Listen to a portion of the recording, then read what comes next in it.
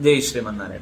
మనకి కృష్ణుడి యొక్క నామకరణ వైభవం ఎటువంటిది అని ఒక చక్కటి పద్యాన్ని అందించారు.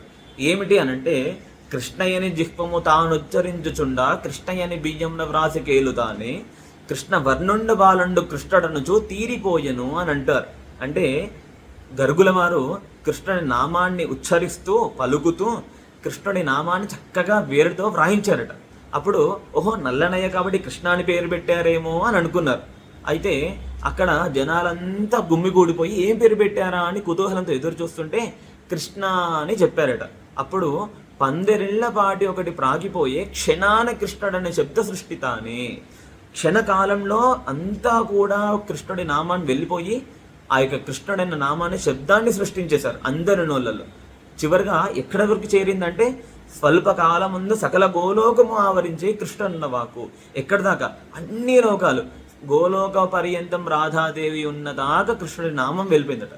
కృష్ణుడి నామమే ఇంత గొప్పది మనం చెప్పుకున్నాం. భగవంతుడి కంటే భగవన్నామమే గొప్పదని చెప్పుకున్నాం. ఇది భగవన్నామం యొక్క విశిష్టత. జై శ్రీమన్నారాయణ.